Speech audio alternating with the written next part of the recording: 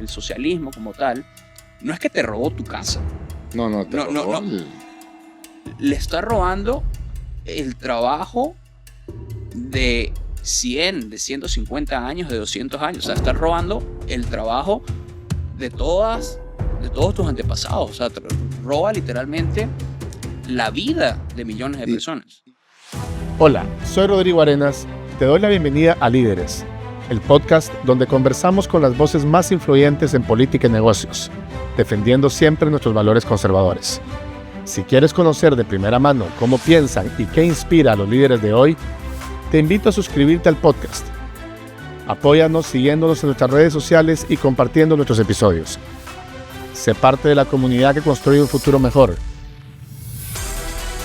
Gracias por escucharnos en Líderes.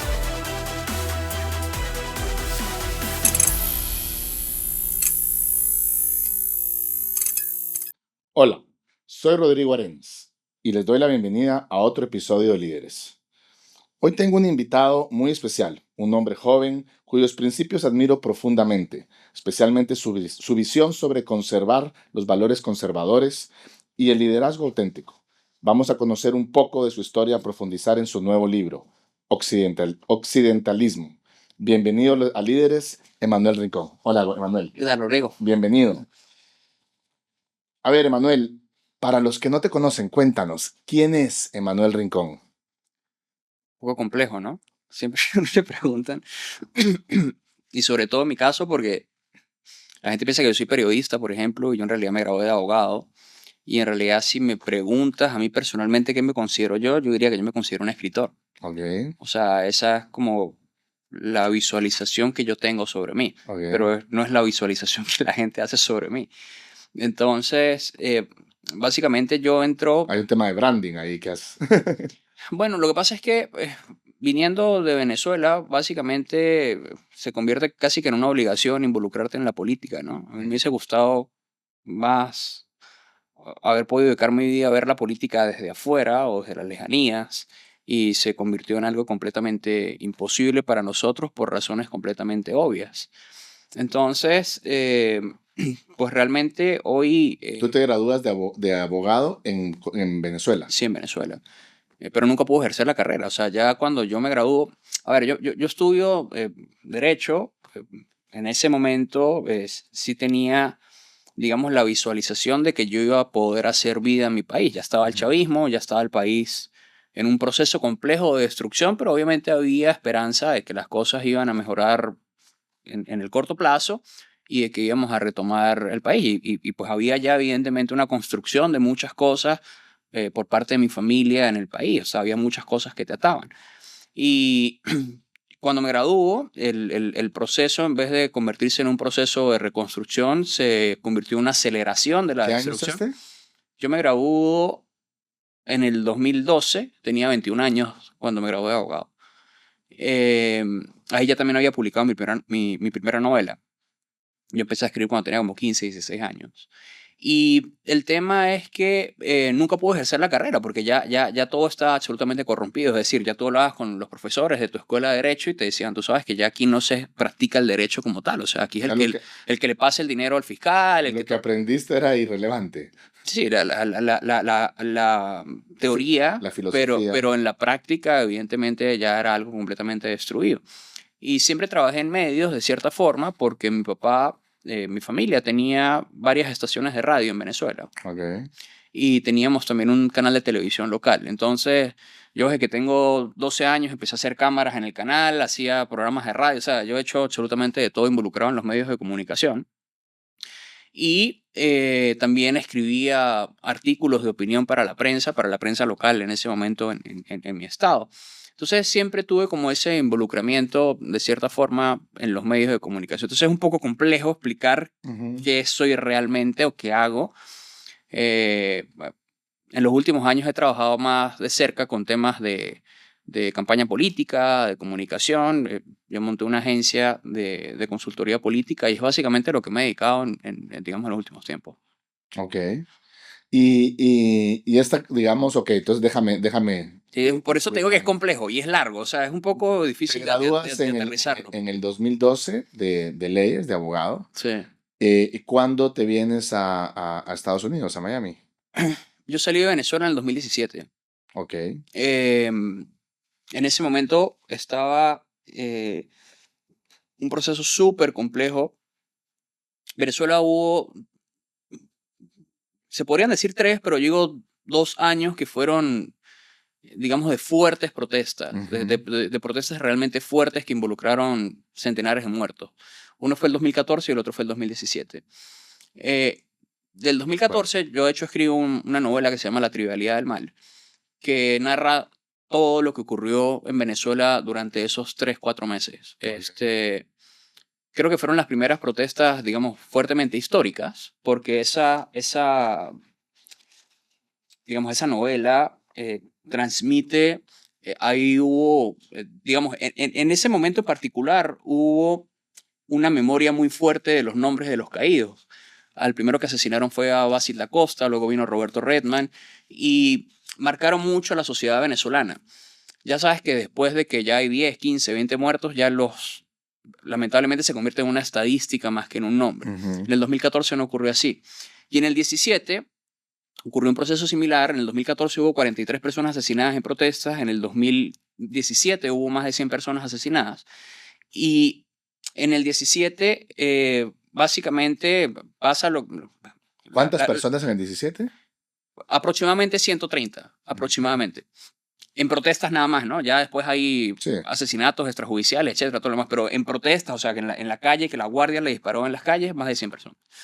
Entonces, pero en el 17 pasa algo. En Venezuela ha sido muy complejo y para cualquier extranjero, no creas que tú eres una excepción, para todos los extranjeros es muy difícil entender la política venezolana, porque los opositores o la supuesta oposición se ha estado vendiendo constantemente al régimen. Increíble. Entonces han habido actores políticos que legítimamente en algún momento de sus vidas ejercieron alguna oposición y luego se fueron convirtiendo en títeres del chavismo, básicamente. Pongamos eso en stand-by porque vamos a regresar a Venezuela. Definitivamente es un tema que tenemos que platicar. Es muy importante para ti, para tu corazón y creo que también para nuestra audiencia, ¿no? Pero cuéntame, regresando un poquito a tu infancia, porque, ok, entonces tu padre tenía, pues, medios de comunicación, Sí. lo que no se hereda se hurta, dicen. Me imagino que, o sea, a mí me pasa algo similar, que, ¿verdad? Que hay cosas que uno las lleva en la sangre y eso te atrajo y aquí estás. Y como tú dices, para muchas personas eres un periodista. Yo incluso, así es como te presentaría si te tengo que presentar. Eh, pero cuéntanos, ¿hay alguien atrás? ¿Hay algo? Porque obviamente tu pasión por la comunicación, y en este caso por la comunicación política, pues es obvia. O sea, independientemente que sea como periodista, como escritor, como generador de contenido, líder de opinión, lo que sea, em, ¿tienes idea de dónde viene eso? ¿Quién generalmente uno tiene alguien que te marca algo, que te marca en la vida, que te haya atraído a eso? Porque podrías haber venido a Miami, digamos, a hacer plata, ¿no? Es un país en donde... Es fácil hacer plata siendo comerciante. Es más fácil hacer plata, Sí, o sea, mucho más fácil hacer plata siendo comerciante, pero yo digo que uno tiene que perseguir su pasión y su talento y el dinero es una consecuencia. Sí. Y me atrevo a decirte que tú estás ahí, o sea, estás pegando tu pasión con tu talento y ten paciencia, va a venir el dinero. El tema es que hay que tener paciencia, pero definitivamente es mucho más fácil hacer plata siendo comerciante. Entonces mi pregunta es, ¿qué te ha traído ahí? Mira, lo que pasa es que indudablemente la figura central de mi vida fue mi papá siempre. Y de niño yo era un accesorio de él. O sea, él iba con él a todas partes. ¿Tu papá sigue en Venezuela? Lo tuve que sacar después de que Maduro me amenazó. Ok. Ya tiene casi un año fuera de Venezuela. Pero en ese momento mi papá fue senador de la República también antes del chavismo. Y pues mi papá me llevaba a las sesiones del Congreso cuando yo era un niño, por ejemplo. Ok. Entonces, obviamente, siempre estuve en un ambiente bastante político. Sí, pues. Mi papá, La cena de la casa, la comida, ha sido muy política. Sí, sí. Mis hermanos no lo fueron tanto. De ¿Cuántos hecho, hermanos tienes? tengo dos, una hermana mayor y un hermano menor, y ellos no están muy inmiscuidos en la política. Yo fui el único que... Pero es que creo que quizás es porque yo siempre compartía más con mi papá, Ujú. ese tipo de cosas. Y, y no sé, o sea, también fue como efecto consecuencia, o sea, no fue quizás algo que yo haya buscado, pero yo recuerdo que cuando yo tenía 12, 13, 14 años, que todavía no eres una persona madura, pero recuerdo que tenía mucha conciencia de lo que estaba pasando en el país. Hay un día, ¿sabes? Que hay cosas que a ti te marcan la vida y que, Parteaguas, sí, ahí. sí, yo tengo un recuerdo muy claro y lo tengo literal como si hubiese sido ayer y eso siempre lo recuerdo, que fue el día que Chávez ganó las elecciones en Venezuela. Eso fue el año 98. Sí, tenías 8 años. Pero recuerdo que cuando Chávez gana las elecciones, mi familia, todo el mundo estaba devastado. Estábamos en la casa de mis abuelos, que vivían en una cuadra más, su casa estaba una cuadra más arriba de la casa que tenía en Venezuela. Eh, y había gente llorando, había mucha devastación. Y recuerdo que mi papá me llevó a una sala detrás, o sea, la casa de mi abuelo era muy grande, entonces había varias salas. Me llevó a una sala atrás, como aparte, donde estaba todo el mundo. Y me dijo algo así como que, hijo, tranquilo que obviamente se vienen años difíciles, pero como que vamos a salir adelante, las cosas van a estar bien. Pero recuerdo que me lo explicó en ese momento, Ujú. siendo yo muy pequeño. Y de cierta forma como que entendí de que era un momento difícil. En ese Ujú. momento, ¿qué carajo sabías tú que era socialismo, que era ideología, que era izquierda? No sabías absolutamente nada. Pero sí empecé entonces como que a tomar conciencia. Y recuerdo que a los 13, 14, 15 años yo empezaba a publicar columnas de opinión de política. Nadie me las publicaba, obviamente, pero yo las escribía. Ujú. Entonces siempre, no sé, tuve ese interés y de hecho en algún momento recuerdo que en adolescente hasta yo decía que yo quería ser presidente de Venezuela, etcétera, todo lo demás, sin entender lo que eso significaría en un futuro, pero sí había ya como que una chispa muy política y tanto así que a los 16 años yo empecé a escribir mi primera novela que es como una especie de espejo de, de, de Venezuela, o sea, es una novela de ficción, pero eh, explica el crecimiento de una sociedad desde su fundación y cómo las riquezas empiezan de cierta forma. Y ahí no, fíjate, ahí no entendía mucho de temas ideológicos. Mi entendimiento en ese momento era que el exceso de riquezas en ese momento de la sociedad venezolana básicamente condujo a la corrupción, Ujú. el exceso de dinero en manos del Estado propicia la corrupción y propicia la destrucción y los valores de la sociedad. Ujú. Entonces, digamos, de allí empieza un poco esa especie de viaje, por así decirlo de alguna manera.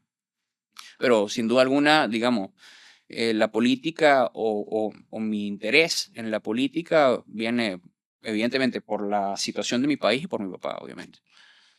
Y bueno, las estaciones de radio, todo eso.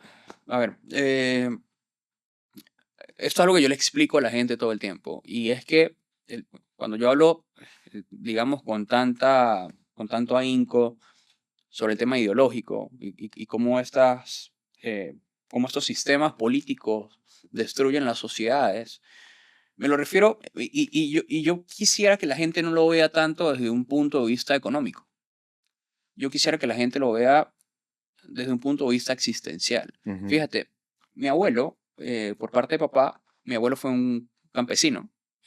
Ujú. No completó la primaria, una persona sin estudios y bueno, él con otras personas empezaron a pelar pasto, hicieron una finca, ordeñaban vacas y construyó una finca y con eso le dio a sus hijos una mejor educación.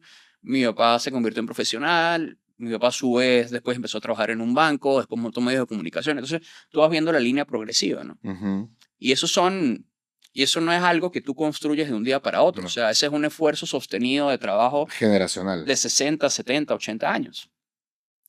Después llego yo, obviamente, al mundo y se supone que yo debería continuar esa línea ascendente. Ujú. Pero se supone que tú vas construyendo esa línea ascendente, evidentemente, también tomando impulso lo que tus antepasados han logrado construir y el esfuerzo de ahorro, de inversión, de planificación, de trabajo y todo lo demás que eso conlleva. Entonces yo lo que le trato de explicar a las personas es que, digamos, el socialismo como tal, no es que te robó tu casa. No, no, te No, no, robó no. Le está robando el trabajo de 100, de 150 años, de 200 años. O sea, está robando el trabajo de de todos tus antepasados. O sea, roba literalmente la vida de millones de Y, personas. y yo le agregaría, Manuel, digamos, tu abuelo, tu padre, en todos esos 70 años, 60 años que habrán pasado hasta que tú llegaste y hasta que llegó Chávez y posteriormente Maduro, yo digo que soñaban, tenían la capacidad de soñar. Y yo siento que soñar para un ser humano es importantísimo porque es despertarte con esperanza, ¿no? Todos los días, Sí, sabiendo que vas a trabajar y que y que cualquier cosa que estés haciendo, vas a ver el fruto de tu trabajo, ¿verdad? Lo que los gringos le llaman el pursuit of happiness aquí en sí. Estados Unidos, que a mí me parece tal vez de los tres derechos, creo que el más importante porque como que es es el que usas cuando tienes vida y libertad, ¿verdad? Obviamente creo que la libertad es el más importante porque al final del día vida sin libertad no tiene sentido y sin libertad no puedes lograr pero Y sin, y sin, y sin libertad económica, menos. bueno, las Sí, libertades claro. completas, ¿no? Y Sí. entonces yo lo que creo, yo lo que veo es que lo que tú dices, ¿no? No es de que te roban una casa no, es que te roban y lo ves en Cuba. O sea, lo ves en Cuba. Cuando uno va a Cuba y habla con un cubano, Sí. no tiene ninguna ambición, no tiene ningún sueño de vida, no tiene, No, es que tu única ambición o meta en esos sistemas es es sobrevivir, sobrevivir. Sí. es pasar el día a día. Yo me recuerdo, yo fui a Cuba hace muchísimos años, hace como 25 años, y conocí una pareja que él era médico, cirujano, y ella también era, creo que ingeniera, y se dedicaban, bueno, tú no sabrás, pero a grabar CDs de música. Ujú, ujú. O sea, ellos su trabajo era grabar CDs. Está poniendo como que tengo 15 años, tampoco. Bueno, es que creo que no, pero bueno, Tampoco tan. a grabar CDs de música Claro. y ese era su negocio. Eh, en fin, creo que esa es la parte más dura del socialismo y como tú dices, es existencial, es humana, Sí, es, nosotros como te matan familia, lo más importante de tu ser, ¿no? nosotros como familia, digo, a ver, para adivinar el futuro, imposible, ¿no? Pero nosotros varias veces, creo que sí. Yo le digo a mi papá que pecó de terco porque nunca quiso invertir fuera de Venezuela. Entonces, el propio sistema, algunas estaciones de radio nos las cerró el chavismo y las otras, la propia economía, Se murieron solas, la propia economía lo fue tirando abajo. Entonces, y lo mismo pasó con, a ver, o sea, si tú tenías un bien raíz, o sea, sí, una casa, lo que sea, bueno, en su momento podría costar determinada cantidad de dinero. Si ahorita lo intentas vender, una casa bueno, obviamente no comparemos con Estados Unidos, pero una casa que ponle que en Guatemala, en Colombia, etcétera, te podría costar 300.000, 400.000 dólares, ahorita las están vendiendo en Venezuela en 20.000 dólares. ¿Y qué hace una persona con 20.000 dólares? O sea, digo, ujú, en perspectiva, ponlo de una persona mayor que ujú. trabajó toda su vida para retirarse Sí, cómodamente y sí, sí, tener, o sí. sea, no haces absolutamente nada. Y bueno, eso obviamente me imagino te lleva a escribir occidentalismo, que vamos a hablar, no vamos a contarle a la audiencia porque la idea es que lo compren. Occidentalismo está en Amazon, de Manuel Rincón. Bueno, no es tu primer libro, entonces, ¿cuántos libros has escrito? Bueno, he escrito muchos, pero publicados tengo 9. 9 libros. Sí. Wow. Y fíjate que ahí también hay un viaje de entendimiento, porque, y todo esto tiene mucho que ver también con tus vivencias, porque, por ejemplo, eh, afortunadamente, mi familia siempre fue antichavista. Ujú, desde el día uno. Sí, entonces, Que son pocos, ¿ah? Pocos los venezolanos que yo voy conociendo n- que realmente han sido consistentes. creo que, a ver, en Venezuela hubo dos cosas. O sea, el tema es que Chávez, cuando gana la primera elección, él la gana con el 56% de los votos, Ujú, pero hubo una abstención gigante. Entonces, realmente, los que votaron a Chávez en ese momento fueron, creo que, 3 millones de personas. Sí, bueno. Y Venezuela tenía como unos 25 millones de habitantes. Si te pones a ver... Sí, tendría que haber votado 7, 8 millones. No, y que básicamente el 12, el 13, 14% de la población venezolana fue la que nos condenó al chavismo durante el resto de los 25 años. Entonces, bueno, en fin, errores históricos que cometen los países. Pero el punto es que más allá de ello, yo nací, crecí, viví en San Cristóbal 27 años de mi vida. San Cristóbal es una ciudad fronteriza con Colombia, es una ciudad andina, estamos en las montañas. Y nosotros fuimos históricamente el estado más opositor al chavismo. Decirte que la alcaldía de mi ciudad la ganaba el alcalde opositor cuando todavía no había un sistema tan totalitario y represivo. La alcaldía se ganaba con 80% de los votos, 90% de los votos. El chavismo sacaba nada. Entonces, realmente yo crecí en un entorno bastante antichavista. Y eso me hacía creer a mí que la izquierda realmente no tenía pulmón y que básicamente el chavismo solamente ganaba mediante el fraude.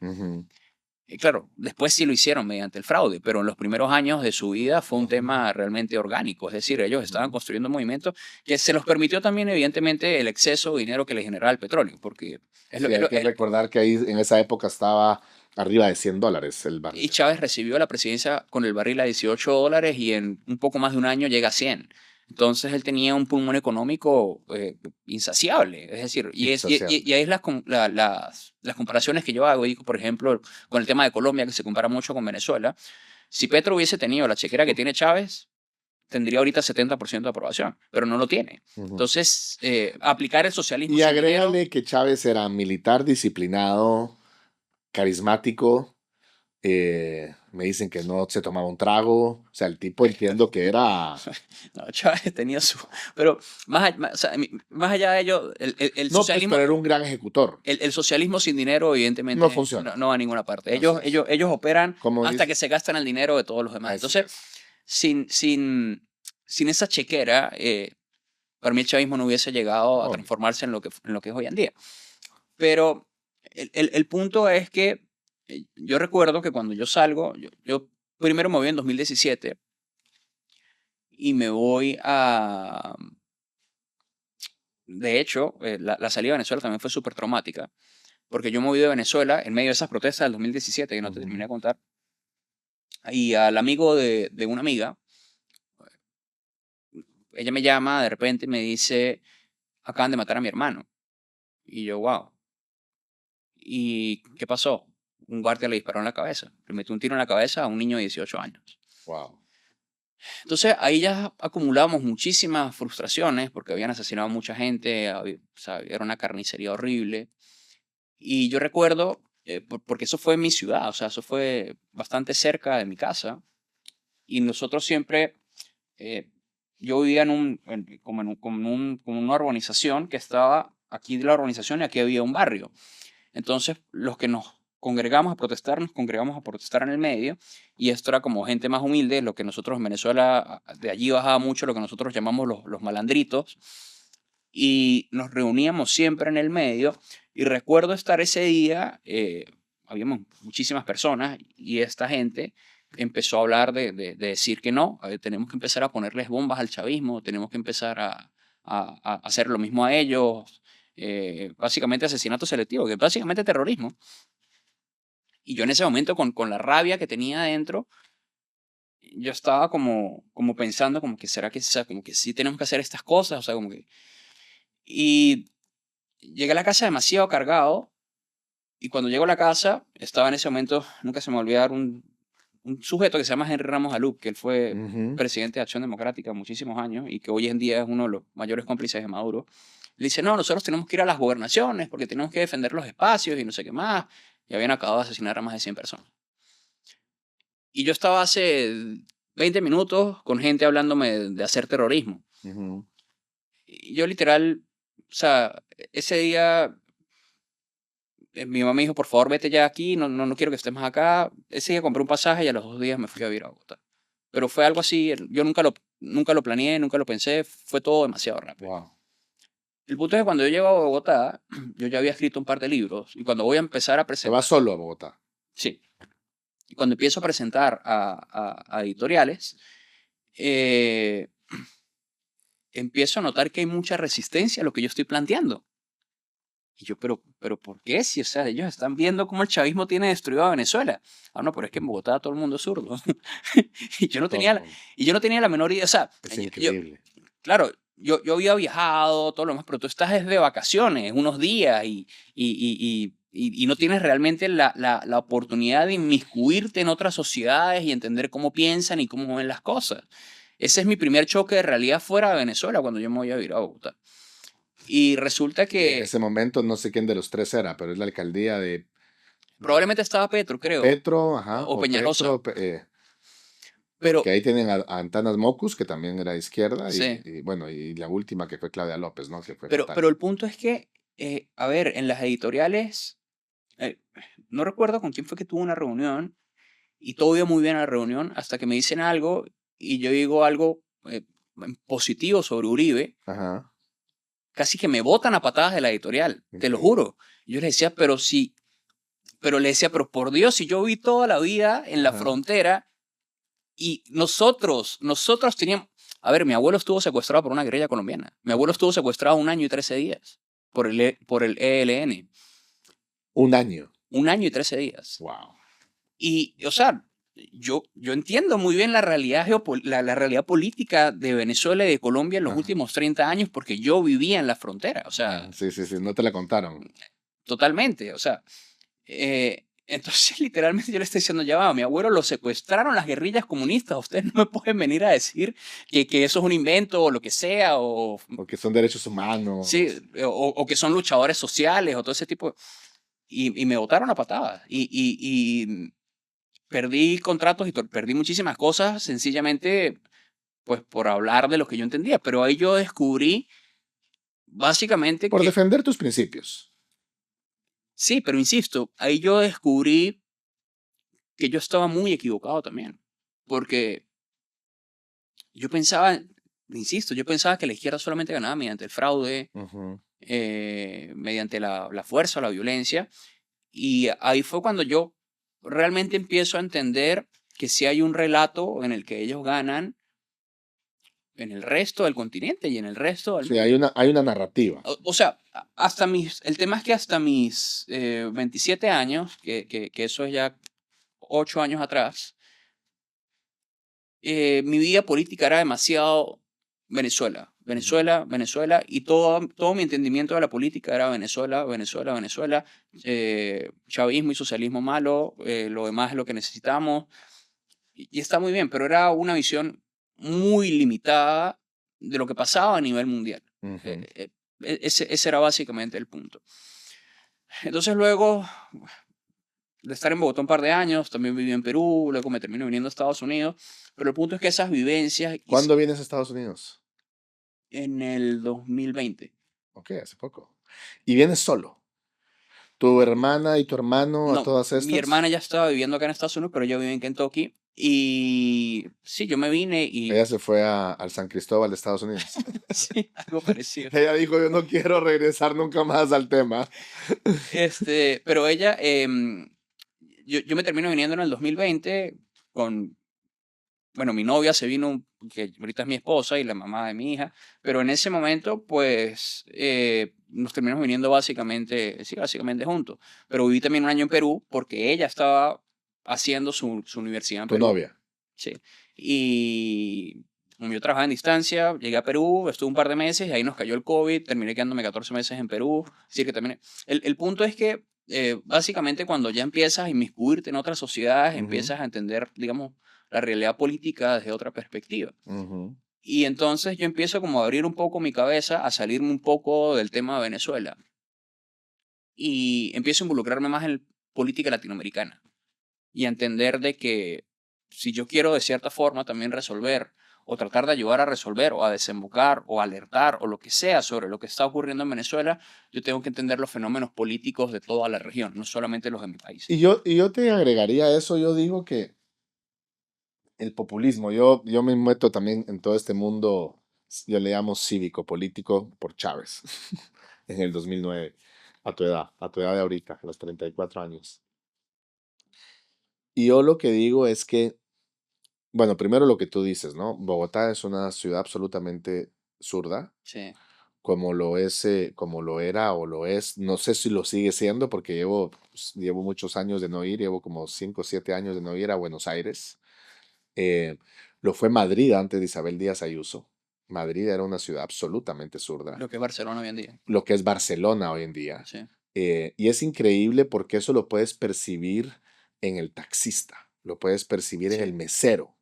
O sea, es increíble. Yo digo que yo separo las ciudades, y no los países, las ciudades, porque así como Bogotá, así como Colombia, tienes Bogotá, tienes Medellín, Claro, que es una, verdad que es una ciudad absolutamente, llamémosle, de de derechas. derecha, ¿no? Yo separo las ciudades de una manera simplista en dos, digo yo, los republicanos y los socialistas, ¿no? Eh, y es que cuando tú le preguntas al mesero, cuando tú le preguntas al taxista, al piloto de Uber, y le preguntas, ¿usted qué quiere, no?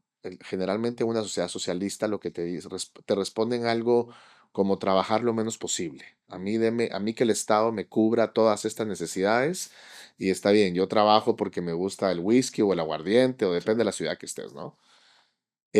Solo como para los dulces, decimos en Guatemala, ¿no? Para el adicional. Y tú vas a otras ciudades, como por ejemplo acá en Miami, y tú le preguntas al taxista o al mesero y te dice, a mí deme trabajo, a mí deme turnos de trabajo, a mí dame oportunidades, ¿verdad? Que yo lo que quiero es salir adelante. Y eso es una cosa bien interesante porque es algo que me llama la atención y lo vamos a profundizar en un ratito, pero es cómo los hispanos, los latinos, yo no entiendo cómo pueden haber latinos que migran a Estados Unidos y votan por el socialismo en Estados Unidos. Creo que no lo entienden. Exacto, Eh, y eso es, por eso yo creo que es tan valioso tu libro, ¿verdad? Porque al final del día, tú dices el relato, yo creo que va más allá del relato. Yo leí un libro que te lo voy a recomendar, que dice la diferencia entre el storytelling, que para mí sería el relato, y la narrativa, ¿verdad? Y eso es bien importante porque cuando tú te metes ya en la narrativa de las personas, es cuando ya te metes como en su esencia, ¿no? Lo que logró Perón en Argentina. sí, O sea, ese hombre de verdad se metió en la esencia de millones de argentinos, a tal punto que 10 millones votaron todavía por Massa hace un par de años, en la segunda vuelta contra Milei, cuando en un mes los había hecho 50% más pobres. sí. O sea, yo vi eso, como un mes antes, como durante un mes los argentinos habían perdido 50% de su poder Pero no adquisitivo lo entienden. y aún así 10 millones votaron por Massa, ¿no? Lo estamos viendo en México, y lo estamos viendo en México, como AMLO pues se metió a destruir México, porque hoy el tema del crimen organizado, o sea, México está hoy mucho, mucho peor que hace 7, 8 años. No estoy diciendo que haya estado mucho mejor con los gobiernos anteriores, pero bueno, les regala una bolsa de víveres, les regala, verá, uno de los famosos Y programas hay una connivencia abierta con el en narcotráfico. la amistad. Y el narcotráfico les ha permitido mantener números económicos Así es. positivos. Y a eso agrégale, que yo lo que digo es, ellos miran al narcotraficante, y eso lo estamos viendo en Petro, lo estamos viendo en Iván Velázquez, en Luz Adriana Camargo, hoy en Colombia, y les menciono a ellos dos porque yo sé que estuvieron también en Guatemala y son personas que miran al empresario como enemigo Sí, y al narco como amigo. O una sea, víctima. son, pues yo creo que los ven como saben que uno de los dos tiene que generar la plata, Claro. como que dicen prefiero al narco, Un aliado natural. un aliado natural, Sí. un aliado natural. Eh, y entonces, bueno, regresando a tu historia, pues pasas por todas estas ciudades que descubres y yo lo que digo es, no podemos pensar en una América Latina en donde tú tienes a un Colombia de Uribe, derechista, republicano, eh, pujante, a favor de la libertad, a favor de la vida, y un Venezuela con Chávez.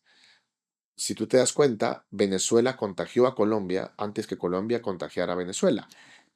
El Argentina peronista, kirchnerista, contagió a Chile antes de que Chile contagiara a Argentina. Y América Latina contagió a Estados Unidos ¿De qué estás haciendo? antes de que Estados Unidos lograra contagiar a América Latina. O sea, el populismo socialista, el socialismo populista, es absolutamente contagioso. Y entonces yo creo que Porque es más sencillo de vender. más sencillo de vender, es más, obviamente le haces a la gente en teoría la vida más fácil, pareciera. Es un discurso muy polarizante, pero a lo que voy con esto es lo que tú dices, ¿no? Cómo salvar el sistema occidental, que al final del día es un sistema, yo lo llamo republicano, porque al final es, digamos, esos tres principios, esos tres derechos que defienden los Founding Fathers de Estados Unidos, ¿no? La vida, la propiedad y el pursuit of happiness, son lo que realmente han hecho al occidente, a toda América y a buena parte de Europa tan pujante, ¿no? O sea, una región en donde realmente tus derechos individuales son los mejor conservados, son los mejor protegidos y donde más puedes salir adelante como sociedad. Entonces, llevándome a eso y entremos ya a tu libro, ¿qué tan, viendo hoy, y con eso termino esta parte, yo decía que la victoria de Trump era importante para Estados Unidos, pero fundamental para el mundo y sobre todo para el occidentalismo, ¿no? Eh, ¿Por qué crees tú que es tan importante rescatar nuestro sistema occidental, proteger, preservar y rescatar donde haya que rescatar nuestro sistema occidental versus los otros sistemas del mundo? Mira, ahí, digamos, parte de lo que te venía comentando es que, digamos, ir entendiendo que la política no son hechos aislados, es decir, no es que tú puedas hablar de la política de tu país o que la política de tu país va a ser una isla y no va a afectar lo que está ocurriendo en otros países. Ir entendiendo todo esto es lo que básicamente hace que yo cada vez vaya abriendo más mi perspectiva e interesándome. Porque sí, obviamente yo veía los sistemas políticos de otras naciones, pero no, o sea, no le hacía el seguimiento tan profundo como le hago hoy en día a lo que está pasando básicamente en toda la civilización. Y Ujú, ahí ves que no fue algo que yo haya calculado. Yo primero ujú. empiezo a escribir libros sobre Venezuela. Después escribo un libro que se llama La reinvención ideológica de América Latina, La la reinvención reinvención. ideológica de América Latina, y ahora escribo occidentalismo. Y si te pones a ver, si lo ves en perspectiva a través de los años, es como si yo hubiese escrito sobre este mapa, luego escribo sobre este mapa y luego escribo sobre un mapa completamente superior, porque es un Ujú. mapa más grande de lo que viene pasando, porque también he ido entendiendo con el paso de los años cómo todas estas dinámicas nos influyen mutuamente. Y más ahora con las redes sociales. Sí, bueno, siempre ha habido, a ver, yo siempre digo que, digamos, es evidente y claro que Estados Unidos ha tenido una supremacía cultural en Occidente, porque, pues me imagino que en Guatemala igual, pero en Venezuela nosotros crecimos viendo las películas de Hollywood, Sí, absolutamente. las series de Warner Bros. Evidentemente también, pues sí, habían las telenovelas mexicanas y las colombianas y las venezolanas, que en su momento cuando había dinero también tenían una buena industria, pero siempre creces un poco con la cultura americana, ¿no? Nosotros viendo el béisbol, es decir, antes la cultura se esparcía de formas diferentes, Ujú. pero igualmente también hasta en las industrias editoriales, los libros que te llegaban, evidentemente si tú escribes en inglés, o si eres un estadounidense, pues es más fácil que te traduzcan al español y que llegues a todos los demás. Es decir, eh, hay una supremacía cultural y evidentemente nosotros crecemos en esos moldes culturales básicamente que se han instruido desde Estados Unidos. Entonces, hoy ya que ves o que eres capaz de ver la película completa, comprendes también temas que van mucho más allá de una política local y que tienen mucho más que ver no solo con temas ideológicos, sino también con temas culturales, con temas incluso espirituales, eh, con temas religiosos. Eh, Mira, durante muchos años yo básicamente no quería prestarle atención a la religión, pero no era sino que para mí eran hechos aislados los temas políticos y religiosos. Y evidentemente estaba equivocado. Entonces digamos, hay muchas cosas que con el paso de los años, a partir de que tú vas pues, adquiriendo más experiencia, más conocimiento, de que vas leyendo otros autores que también te llevan a entender el mundo de una manera distinta, eh, vas comprendiendo qué es realmente lo que está pasando. Y Occidente, más allá de una crisis política, tiene una crisis de valores que se ha agudizado en las últimas décadas. Y esa crisis de valores nace acá en Estados Unidos. Es decir, tú dices sí, que es verdad que pareciera que Estados Unidos se está convirtiendo en América Latina, pero digamos, estas guerras culturales posmodernistas, esta cultura woke, el progresismo, todo eso nace en Estados Unidos, no en América Latina. América Latina quizás ha podido trasplantar temas o que nosotros vemos una especie de ranchificación de Estados Unidos en ciertas formas de hacer la política. No, yo me refiero tal vez más que, estoy de acuerdo contigo, totalmente de acuerdo. Simplemente tal vez yo me refiero más a que sí, pero pareciera vimos el populismo socialista en América Latina antes de verlo con Obama y posteriormente con Biden. Sí, no, y además que...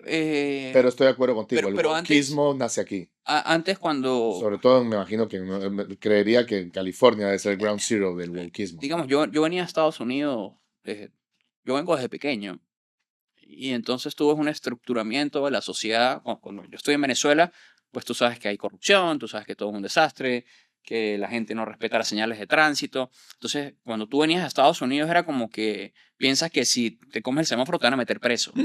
y lo ves como con mucho respeto, ¿no? Sí. Y entonces luego cuando vienes en los últimos años, ves que las cosas tampoco están funcionando tan bien como al menos en tu cabeza lo tenías hace 20 o 30 años, ¿no? Sí.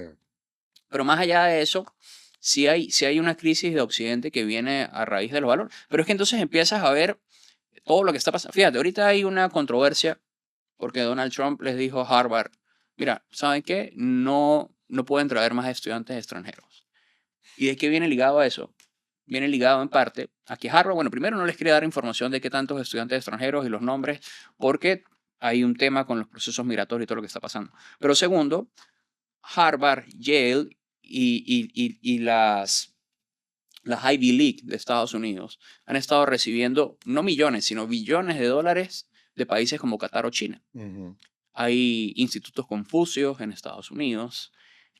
Cada vez hay más activistas radicales islámicos en las universidades de Estados Unidos, y ahí empieza a ver que hay una guerra cultural y los cataríes están inyectando dinero en los Estados Unidos. Es importante que la gente sepa que el mismo Qatar es también en donde están resguardados los líderes de Hamas. Sí, pero los cataríes juegan a los dos lados, ¿no? Pues no, juegan a todos los lados, o sea, y tuvieron el Mundial. Tuvieron el Mundial, ahorita le acaban de regalar a la Casa Blanca o la administración Trump, o el avión. lo quieras llevar, el tema del avión. Entonces ellos están utilizando sus dólares para financiar todas las partes y quedar bien con todo el mundo. Pero fíjate que yo sí creo que hay algo importante ahí, es que si bien es cierto juegan a todas las partes, y no solo ellos, muchos de esos países, digamos, ricos del Oriente Medio. Sí, Arabia.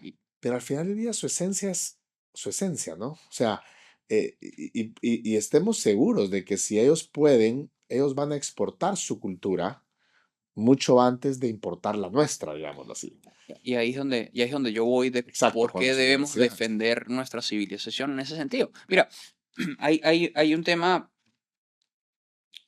es que la política es un tema bien complejo, porque no todo es blanco y no todo es negro. Siempre hay grises por todas partes, y la gente que tiende a ver la política, digamos, desde lejos o sin profundizar demasiado, puede pensar de que la gente que va a la política cae en contradicciones. Y a veces no es tanto que haya contradicciones, sino que realmente todos los casos son de alguna forma aislados. Fíjate, por ejemplo, el ala Magá, que tiene esta narrativa o esta idea de que Estados Unidos debe convertirse en una potencia aislacionista, que para mí es completamente ridícula, y que they don't need to do regime change en cualquier lugar. Yo estoy completamente de acuerdo. You don't have to do regime change in Middle East, porque no sirve. Sí, y tú no vas a importar tu sistema democrático. liberal democrático en el Medio Oriente, eso no tiene sentido. Pero no es lo mismo a que tú vas a permitir a que sigan reproduciéndose las tiranías comunistas en América Latina, que a su vez son base de territorio para los terroristas y que van a conspirar contra Estados Unidos. Y que los tienen en el patio trasero, además de. O sea, muy diferente tener a un grupo, digamos, terrorista a 10.000, 15.000 millas de distancia, Sí. que tenerlos en México, en Guatemala, en Honduras, en El Salvador, o sea, aquí Sí, nomás, ¿no? son temas, insisto, son temas completamente diferentes. No puedes, es decir, tu política exterior no puede ser la misma para Siria que para Venezuela y Cuba, por ejemplo. O sea, Totalmente. son cosas completamente distintas. Pero allí voy una vez más con el tema de lo que ocurre Occidente y que Occidente debe fortificarse entre sí y debe reforzarse entre sí. Porque también hay mucha debilidad de los líderes occidentales hoy en día. O sea, hay ¿Qué edad tiene tu hija? 6 meses. 6 meses. Tú estás recién estrenando lo que es realmente una familia, Sí, claro. ¿verdad? Ujú. Em, Mi sobrina hace unos años me pregunta, estábamos en una cena familiar, y me pregunta por qué la izquierda ataca a la familia. Y una persona que estaba en la sala le dice, porque es una institución patriarcal de la iglesia para controlarnos. Y bueno, yo brinqué, ¿no? O Claro. sea, yo dije, yo no puedo dejarle esa idea a mi sobrina en la cabeza. Sí, obvio. También era recién casada, no tenía hijos todavía. Ahora ya va por el segundo, gracias a Dios. Y dije, no puedo, yo tengo que sacarle eso que le acaban de decir a mi sobrina, ¿no? Y entonces yo intervengo y le digo, no, no, no, yo no lo veo así desde ningún punto de vista. Para mí, la familia es el centro de la sociedad y la sociedad es el centro de un estado y la familia es ese lugar en donde nadie puede entrar. En la educación de tu hija, nadie puede entrar. Eres tú y tu esposa. Sí, Y, y tú vas a educar a tu hija y vas a educar a tu esposa. Perdón, tú vas a educar a tu hija, tu esposa te va a educar a ti y a tu hija también. seguramente. eh, digamos, sin ninguna intervención de lo que tú permites, de lo que tú permitas en el Estado, Ujú. del Estado, perdón. ¿Eso qué quiere decir? Vámonos a 4 años atrás, Biden puede decir cualquier cosa que tú podías proteger a tu hija de lo que él dijera. En Venezuela, ¿verdad? Maduro puede decir lo que se le dé la gana, que tú no vas a permitir que tu hija sea educada bajo esos principios. Y así de los hijos que tengas, ¿no? Y, y realmente la familia, si vemos, es esa institución que sí la hizo la Iglesia Católica. Y por eso yo creo que es importante que relaciones la religión con la política, eh, pero que hace a Occidente diferente al resto del mundo. No, y además, Y que hace no solo a Occidente diferente al resto del mundo, sino que yo digo que me preguntaba una vez una persona, me decía, yo soy un promotor absoluto, y bueno, así se llama el medio que fundé, que se llama República. Yo soy un promotor de los principios republicanos, ¿verdad? La defensa de la vida, la libertad, la propiedad, la igualdad ante la ley y la separación e independencia de poderes. Para mí esos cinco principios son sagrados y si los logras sostener en un país, el país sale adelante tarde o temprano. Y entonces una persona me preguntaba una vez, que por qué yo era tan arrogante promoviendo ese sistema cuando, ¿por qué no otros? Y mi respuesta fue, en primer lugar, porque es el sistema que mejor ha funcionado en todo Occidente. Podemos decir que es el sistema fundado, digamos, las bases vienen de Estados Unidos hace 250 años, en 1776, 249 años.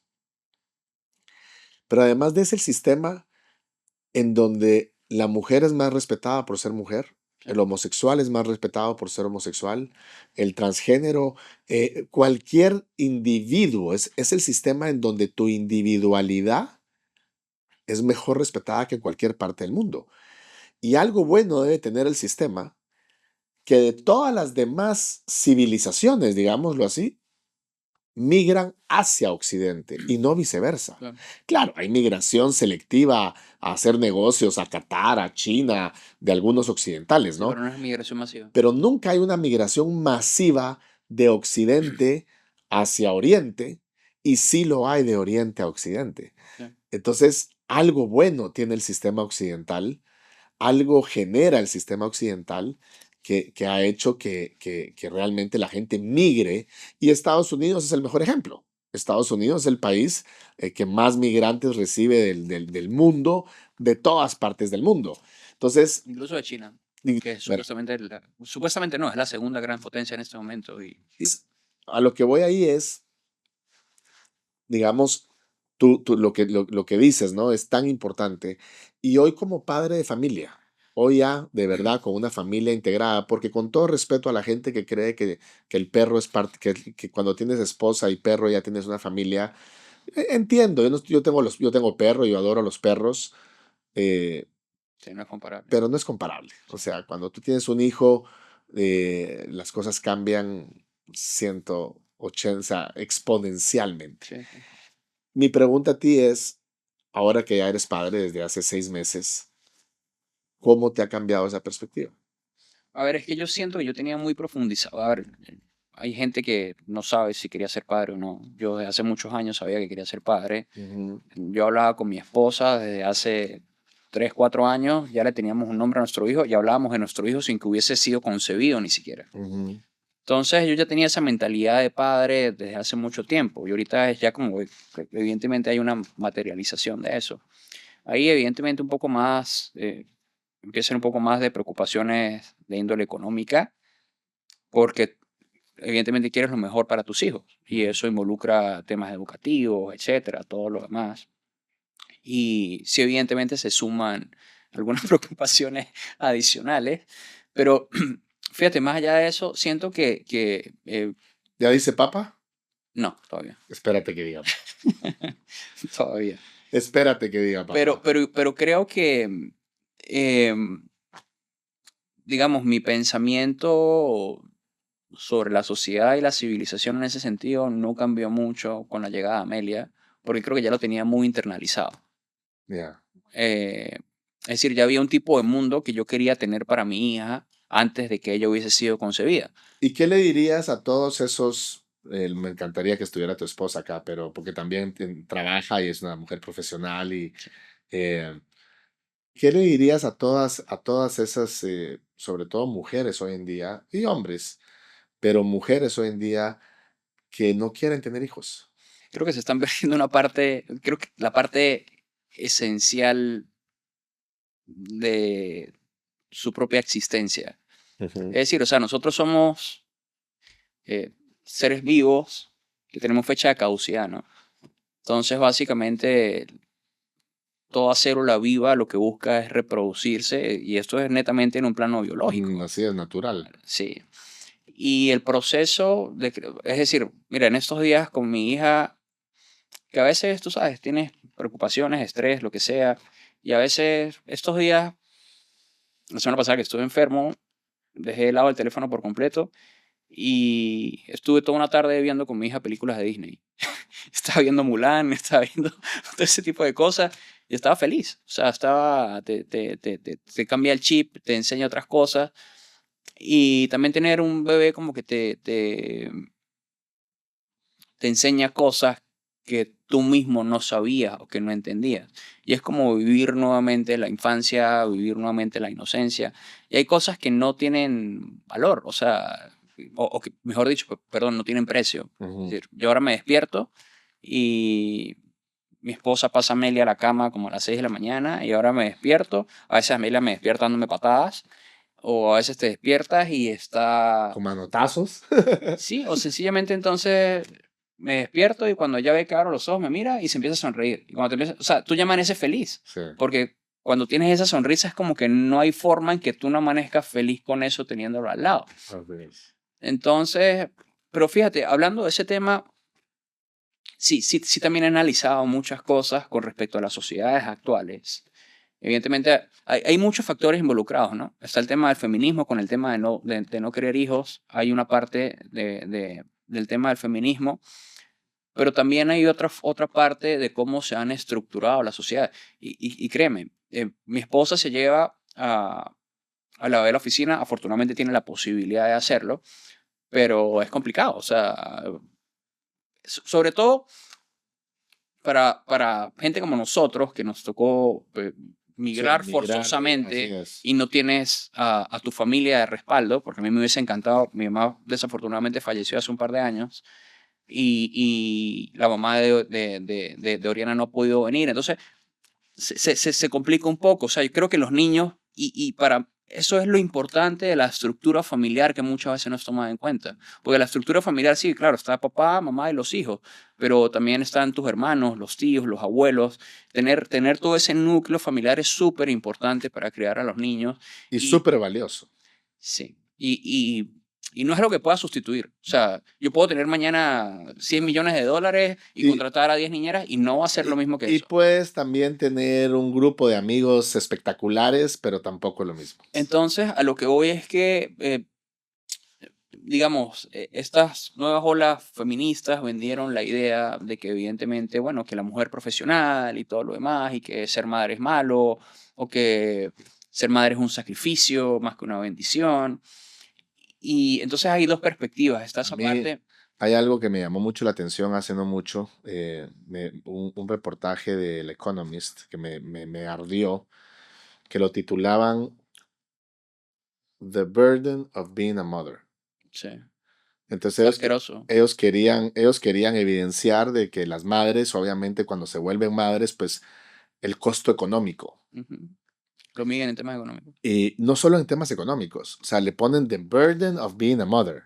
O sea, y digo, la cantidad de mujeres, la cantidad de familias, de padres que quieren tener hijos que no pueden, la cantidad de mujeres que quieren ser madres y no pueden, la falta de respeto de decir The Burden of Being a Mother. eh, y obviamente me imagino que la persona que escribió eso, pues no es ni padre ni madre, Sí. seguramente, porque al final del día, pues no hay bendición más espectacular que ser padre, o ser, ¿verdad? Y no, es que no. O sea, si tú estás pensando en tener un hijo, eh, planteándolo desde una perspectiva economicista, No, no.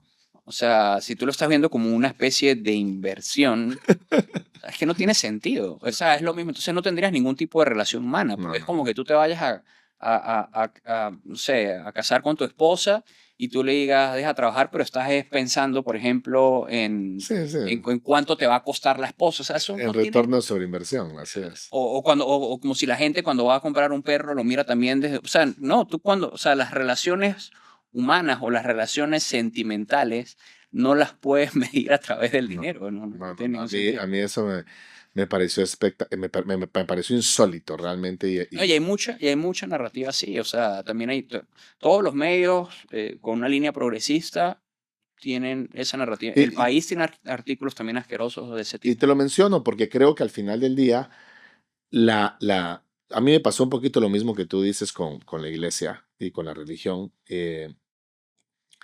Y hoy en día viéndolo, digo, wow, gracias a Dios tenemos, o sea, tenemos la religión cristiana que protege tanto la institución de la familia, porque al final del día es el centro de nuestra libertad. Nosotros hicimos un evento que lo queremos traer aquí a Miami que se llama Mujer, Familia, Libertad. Y es como la mujer es el centro de la familia, Sí, 100%. porque tú regresas a casa por tu esposa. O sea, yo digo, el hombre si no tiene esposa no regresa a casa. O sea, ¿No? Y, y, no tiene y, hogar. y nosotros biológicamente no estamos facultados para criar solo a los hijos. Pero deja que no estamos ni facultados, ni capacitados, ni nada. Nah, Pero independientemente no tenemos, o sea, nosotros, nuestra razón principal por regresar a casa generalmente es nuestra pareja, ¿no? Nuestra esposa. sí. Eh, y como la esposa es el centro entonces del hogar, el centro de la Y la familia, casa manda a la mujer. eh, Sí. y fuera de la casa también, pero Sí. que queremos creer que no, pero en todos lados manda la mujer, pero independientemente, hasta cuando te dice que hagas lo que se te da la gana, es, te está diciendo qué hacer. Pero independientemente de eso, a lo que voy es cómo la mujer es el centro de la familia Y la familia es el centro de nuestra libertad. Y el mejor ejemplo fue COVID. O sea, en el único lugar en el donde tú no tenías hijos en esa época, dale gracias a Dios porque fue muy desagradable, pero en el único lugar donde tú podías abrazar a tu hijo, tuviera COVID o no tuviera Sí, COVID, en tu casa. bueno, yo ni siquiera les hacía la prueba a mis hijos, me era irrelevante, yo me rehusaba completamente a hacerle la prueba a mis hijos de COVID y nadie me podía obligar a hacérselas dentro de la casa, nadie. O sea, no había manera que me obligaran dentro de mi casa. Claro, si los quería llevar a un hospital o algo, eso era distinto. Pero en mi casa nadie me podía obligar. Y yo creo que esa institucionalidad de la familia tenemos que protegerla. Y tenemos que protegerla con toda la fuerza del mundo, porque al final del día es lo que va a proteger nuestro sistema occidental de libertades. Emanuel, entremos a la Venezuela. Eh, Tú dices, estoy de acuerdo contigo, es una situación compleja, es una situación complicada, es una situación, pero ¿qué piensas? ¿Cómo ves tú a Venezuela?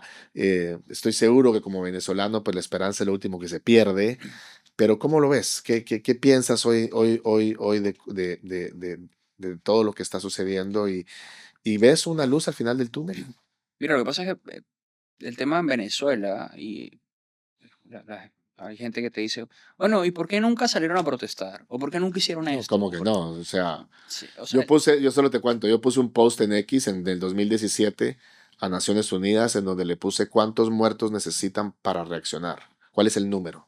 sí, no. En qué número Naciones Unidas dice, me voy a preocupar por ese país? El tema, 100, 500, 1000, el, que nos el- digan. el tema es que en Venezuela hubo una marea perfecta para estas ideologías cancerígenas y el crimen organizado. Entonces, se juntaron una serie de elementos, lo que tenía comentando al principio, el exceso de chequera para financiar este tipo de programas sociales, que lo que hacen es hacer a la población dependientes del Estado y les permite ir formando una estructura represiva también Con la asesoría de con la Cuba. asesoría de Cuba. Y entonces se va formando todo este tejido. Mira, yo le explico mucho a la gente en el tema de Venezuela. Las tiranías suelen caer por lo general, evidentemente no por razones, o no por razones de peso político, o no por una acción política per se, sino por una acción de fuerza militar o policial, o como la quieras llamar. Y el tema en Venezuela es que en Venezuela hay diferentes estructuras represivas o diferentes cuerpos represivos establecidos. Y el propósito de esto es que esos cuerpos represivos se puedan anular entre sí Ujú. en caso de que exista algún intento de golpe interno. ¿Qué me refiero con esto? Bueno, ponle, está el SEBIN, está el DGCIM, está el Ejército, están las Fuerzas Armadas. Hay diferentes cuerpos de tutelaje o grupos de fuerza del Estado, del régimen terrorista, y si a esos grupos le sumamos los organismos paramilitares, por ejemplo, los colectivos chavistas, y hoy en día las guerrillas paramilitares comunistas como el ELN que están en territorio venezolano. Entonces tienes a toda una infraestructura, o sea, tienes a Maduro en el centro en el centro siendo custodiado por 4 aparatos de seguridad del Estado distintos que se pueden neutralizar entre ellos en caso de que alguno se quiera rebelar. Ujú. Tienes además a grupos paramilitares en el centro de Caracas que los puedes llamar en cualquier momento si llega a pasar algo. Y Ujú. tienes además a guerrillas comunistas armadas que están amparadas con el narcotráfico. Entonces, si tú lo ves de esa perspectiva y es parte de mi lucha diaria y lo que yo intento de alertar en los Estados Unidos Ujú. y la razón por la que yo hablo con los políticos estadounidenses, porque Que por cierto, te reconocieron como uno de los 100 hombres más influyentes en ese sentido, ¿no? sí, Te felicito. gracias. Fíjate, eh, no hay entendimiento profundo de lo que es el fenómeno venezolano, porque Venezuela no es un fenómeno político. O sea, el chavismo no tiene músculo político, No, ya no es político. no es un tema Ya político. eso dejó de ser como en el 2010 político. Ahorita ya es un tema Digamos, absolutamente represivo. si no hay una contraparte o una contrarrespuesta militar o policial, realmente es muy difícil. Y en ese sentido, pues bueno, los actores políticos venezolanos, algunos o la gran mayoría ya forman oficialmente parte del sistema.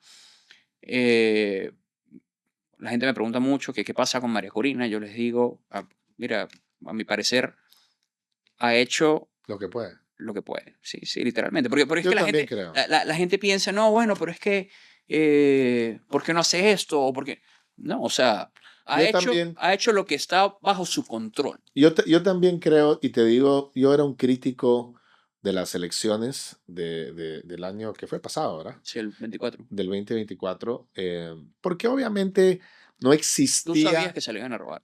no existía, o Sí, sea, sí, sí. no existe escenario en el que un Maduro salga de Venezuela. O sea, no existe. La gente habla de, no, denle un retiro. ¿Qué retiro más? O sea, ¿qué le vas a dar a Maduro? ¿Un lugar en una playa divina?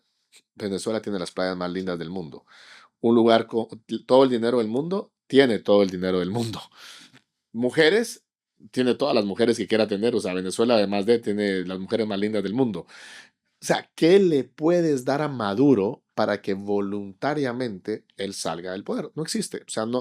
no hay escenario. O sea, no es como un Nicaragua, otros países que les puedes decir, bueno, te saco de este infierno que tú construiste y te llevo.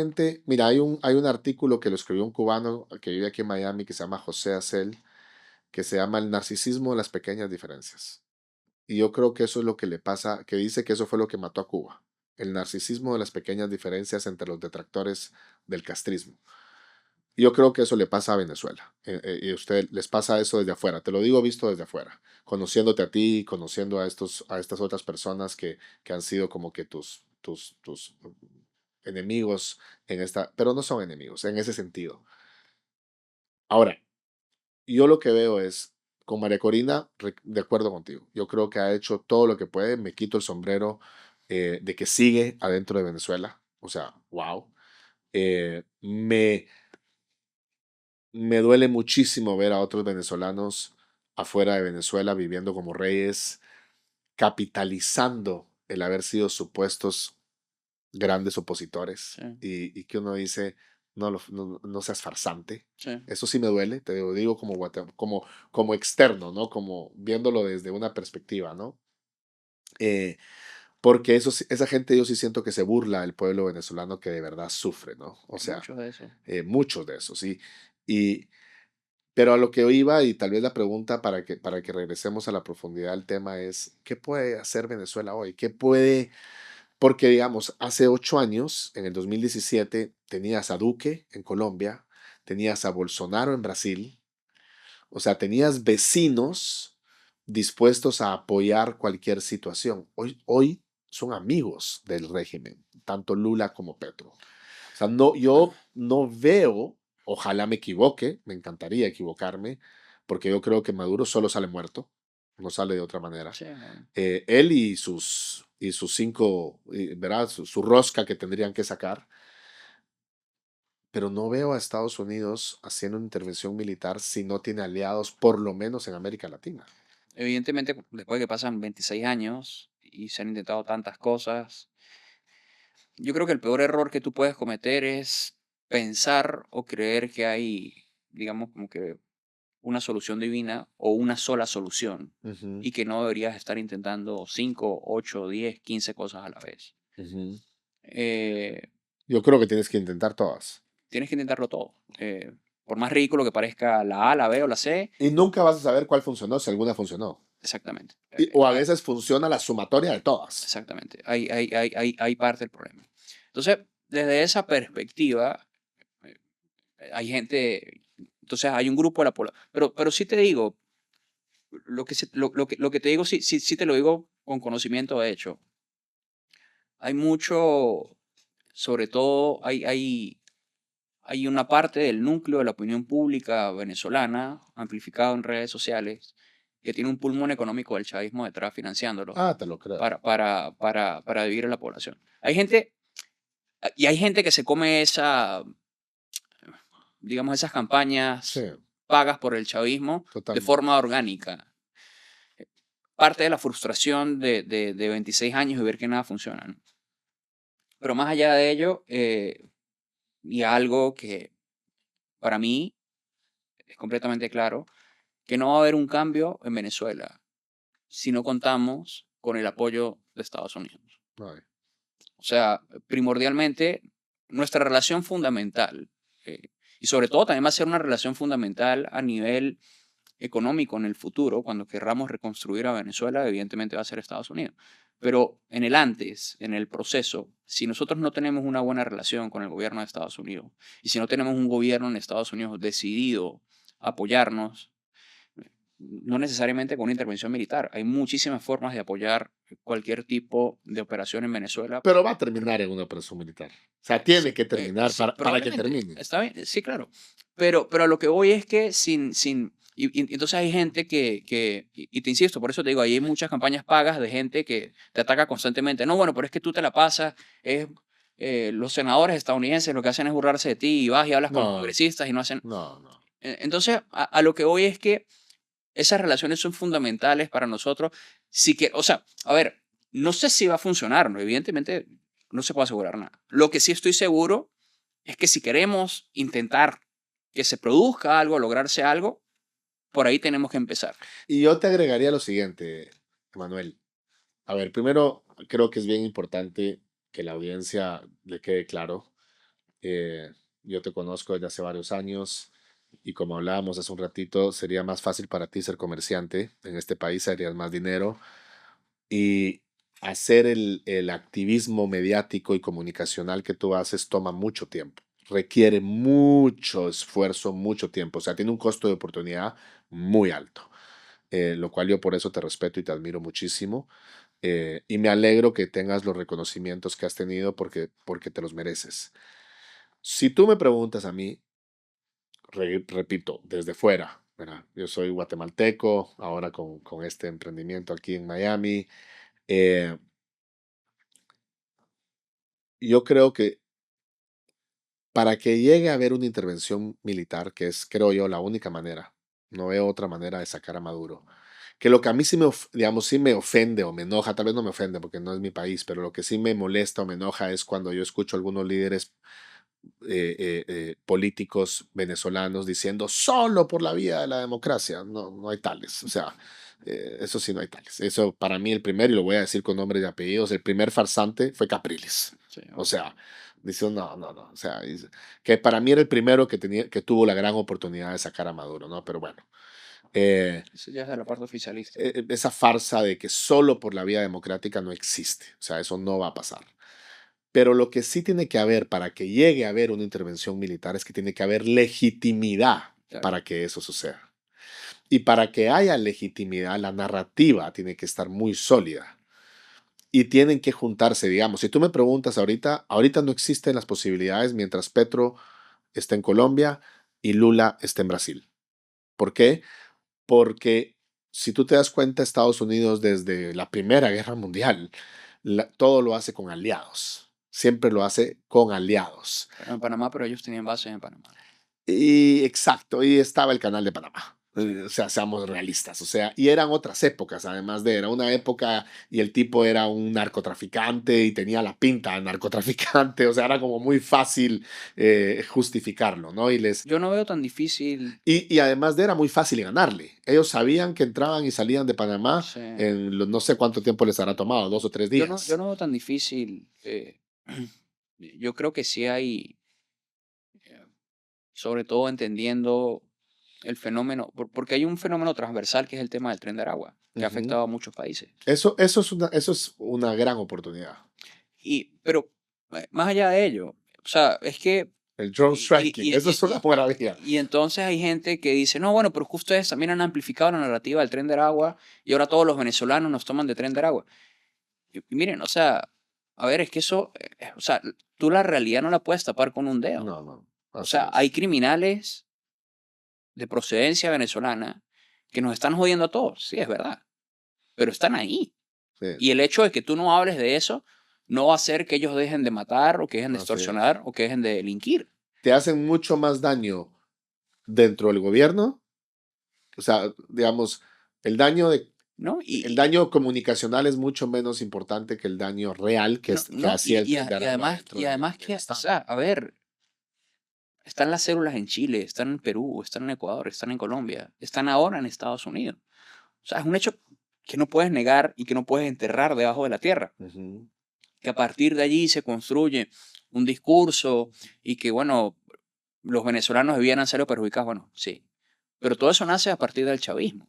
Ujú.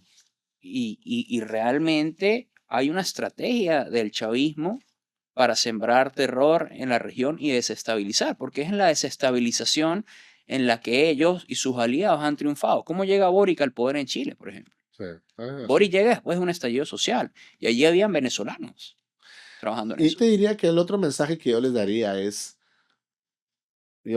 vamos, a mí una cosa que me llama mucho la atención con Hamas es cuando tú no escuchas que no los condenan, ya sea porque son árabes o Claro, musulmanes. Una cosa que no le puede pasar a los venezolanos es no condenar a los terroristas del Tren de Aragua. claro. O sea, los tienen que condenar y los tienen No, que pero es que nadie, condenar pero- pero es que el públicamente. 98% de los venezolanos los detestan. No, no, el 99.9 creo yo que los Son una detesta. escoria y Pero son una basura. pero lo que yo te quiero decir es que yo creo que tú haces bien condenándolos y mi respuesta a los otros venezolanos es todos deben de Sí, no, condenarlos. la Porque el gente, Tren de Aragua no es Venezuela, no son los sí, venezolanos. sí, no, el tema es que evidentemente eso produce un efecto de magnificación Sí, y de generalización y de y sí, a algunas personas les molesta, pero siempre ha sido así. así es. A ver, o sea, si lamentablemente, mira, en Venezuela, eh, antes de la llegada o en los primeros años del chavismo, en Venezuela, o al menos, insisto, yo vivía en frontera, básicamente había una especie de que colombiano era sinónimo de delincuencia. Sí, Y ocurría, porque antes la migración era la inversa.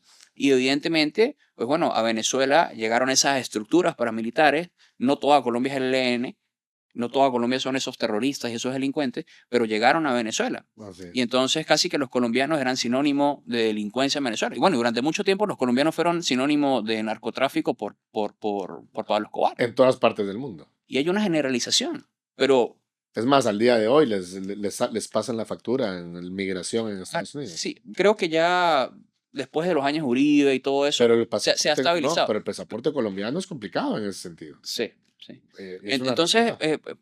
son cosas que no podemos obviar. Es decir, esos son elementos de nuestra sociedad que están allí. Que bueno, que evidentemente yo no me siento identificado con ellos, yo no tengo absolutamente nada que Sí. ver con ellos. Ok, perfecto. Pero comparto nacionalidad con esa gente. Entonces, regresando digamos, al momento de Venezuela, hace unos días liberaron a toda esta gente que tenían, pues, semisecuestrada en la embajada de Argentina.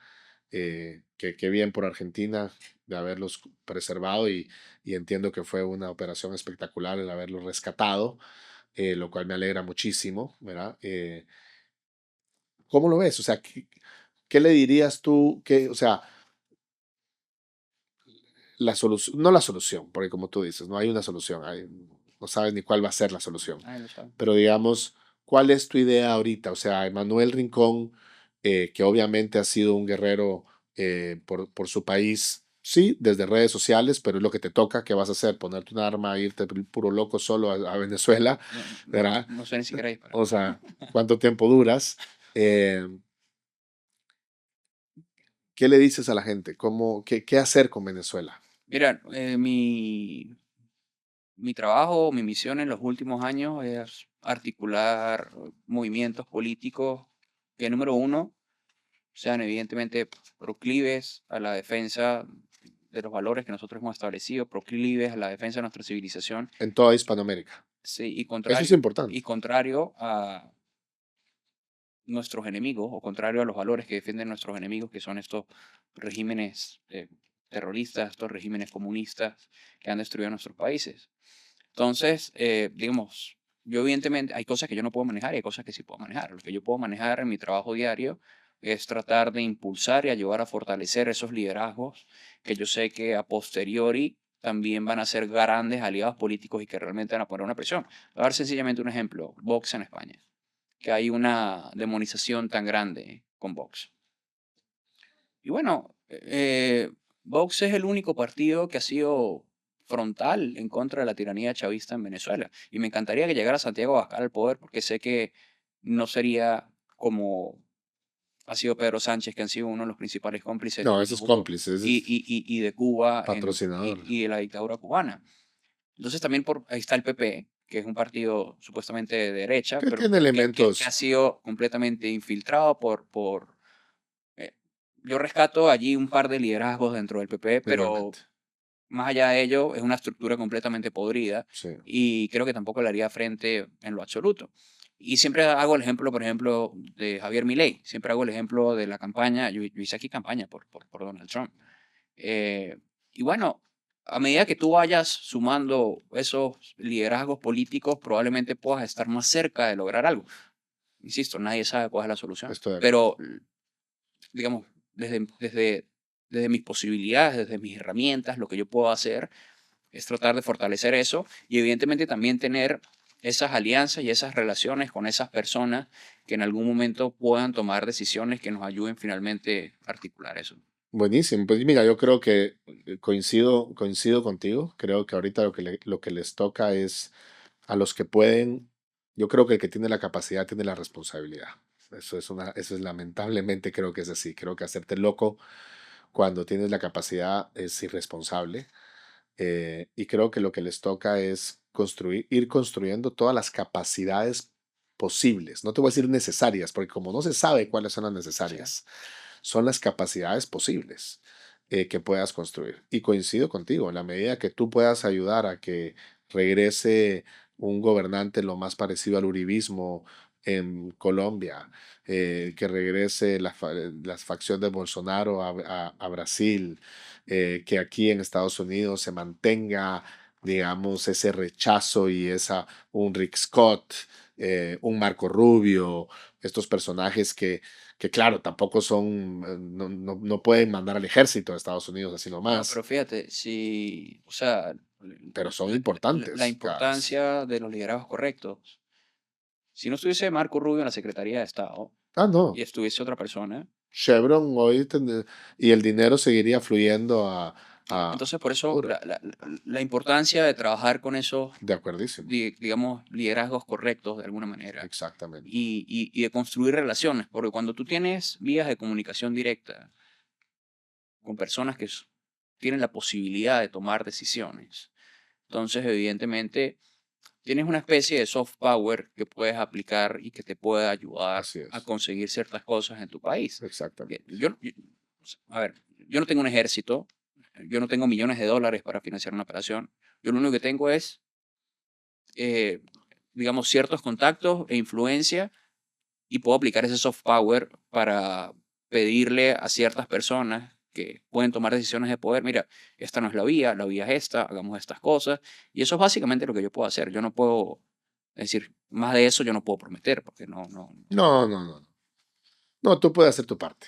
Y yo creo que la estás haciendo y te felicito por eso.